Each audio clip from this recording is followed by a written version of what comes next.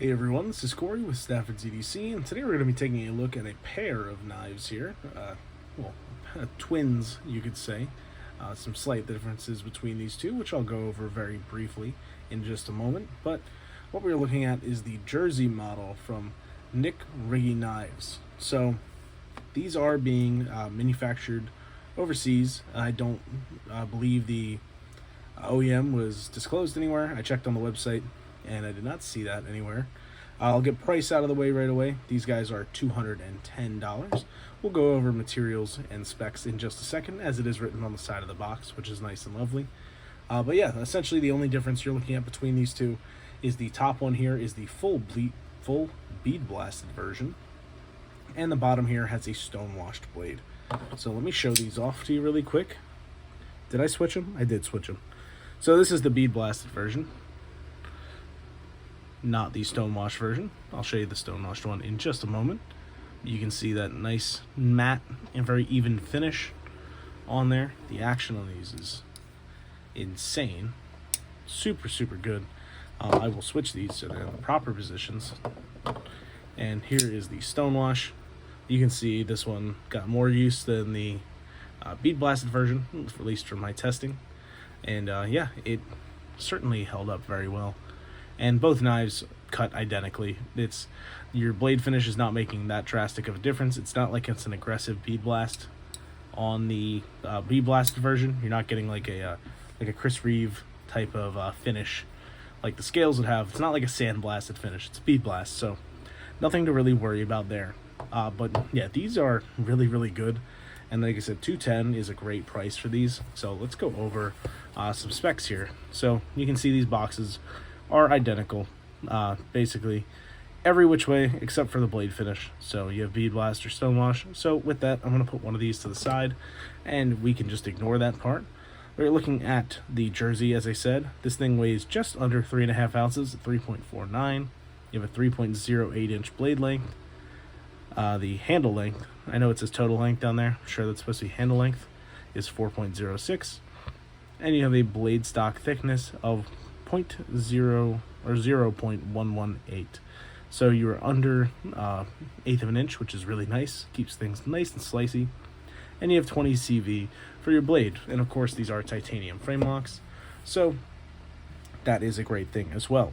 I'm just going to open this guy up and leave this guy down here. That is going to be the bead blasted version sitting back here in the background. As we go over the stonewash version here, you can see Nick's logo there on the pivot. It is the spade with the NR in it, which is a really nice logo, and is the only branding you will find anywhere on this knife. The blade steel is not even marked, unless it's marked somewhere underneath here. In that case, I am not aware of it, as I did not have this apart, but there is nothing on the blade. No billboarding whatsoever. Keeps it super clean, especially on this bead blasted version. You have just that really nice matte bead blasted finish. Looks wonderful being kept super clean like that. Now I wear a large size glove, and you saw this handle is just over 4 inches, which for me gets about 3.5 fingers. You have this jimping here that is not extremely functional, definitely an aesthetic choice there, but it's a place for your thumb to land. Don't rely on this to keep your thumb from sliding, but it's there, it's where your thumb lands. Otherwise though, you have very nice contoured titanium scales, and with that milled clip that's on here, which is a very nice milled clip by the way, I had no issues with this guy at all. Even sitting right there at the lock bar cutout, no problem. This feels really nice in hand, and the ergos, you can see those finger grooves right there.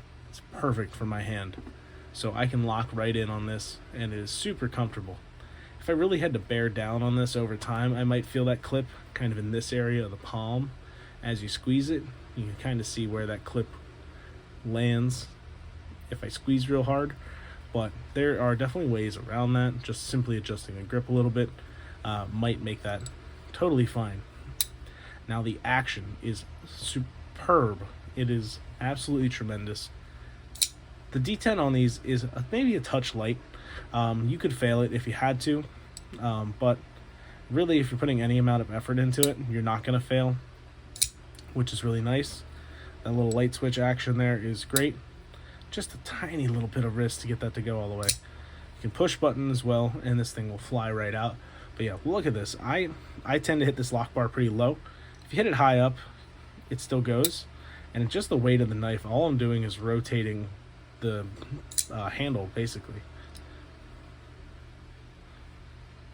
And it's dropping shut with no problem at all. And I'll show you both versions doing that here. I would say the bead blasted one is maybe even a little more drop shutty, just in terms of the way it feels. Kind of moves in stages. And now these could probably get some like KPL or some Gunny Glide, and they would be even more drop shutty. But the action is just tremendous. Really, really nice on these. And that, of course, is thanks to bearings. I know I didn't mention that yet, but this has caged bearings on the inside that I believe are ceramic, but don't quote me on that. But yeah, the action's phenomenal. And like I said, the detent could be a little stronger. You know, we all like a stiff detent, but I think the way that you'd have to do that is you'd be sacrificing lock bar pressure, which would in turn get rid of this kind of an action. So I think it's tough to turn down action like this at its price point for a slightly stiffer detent. Definitely not worth the trade-off in my opinion, unless you can keep the action just as buttery on the close like this, just as effortless. Then I really don't see a reason to strengthen the detent, because it works just fine. And in fact, one of the benefits of having this slightly lighter detent is that despite this having a flat grind and a swedge, you can still kind of middle finger flick this, which is insane. You can see just there's not that much blade exposed at all, but there's enough that you can't really do it with your thumb, and you can kind of roll it, but you got to watch out for the flipper tab and stuff. But right in this kind of finger groove, there's just enough room to get the meat of your finger down there, and you can flick it open. And that goes the same left-handed as well. Sits right in that same groove, and you can reverse flick it no problem. Of course, the flippers work great with both hands as well, but yeah, you can absolutely reverse flick with both hands, and so that's super cool. I don't know if it was intentional or not. Let's just give him the credit and say it was, and that makes it awesome. Just really, really cool overall. These guys are not big knives by any means, but they are really nice knives. And it's the first time I've gotten to check anything out of Nick's designs. He has some custom handmade knives as well available on his website, as well as these guys, plus the original prototype. If you wanted to pay a little bit less, the prototype is available on the website for $185, rather than the $210 for the full production versions here. I don't know the exact differences between the two. I can't promise that it will be the same value or anything. You know, do your research on the website. But these at $210 are a fantastic value for what you're getting. There's definitely cheaper knives out there with 20 CV or titanium mixed in together, but none with action like this. The cutting performance is really great with that full flat grind and the swedge on the back end. It's overall just a very attractive design as well. Feels really good in hand. Looks really nice. It's very clean, minimalistic. I'm a big fan of this. So I will leave links to these down in the description below, taking directly to Nick's site. Big thank you to him for allowing these to be passed around through Lefty's Pass Around group here. And that's where I'm going to leave this one, guys. I hope the audio was okay. I decided to record this one with AirPods in. I've done it before, mostly in the car. I don't know if I've ever done it for the top down, the table view here, but I'm hoping it drowns out some of the noise from the fan going on in the room behind me. All in all, hope it sounds okay. But thank you guys again for watching. Hope you enjoy the video. Share your thoughts with me down below.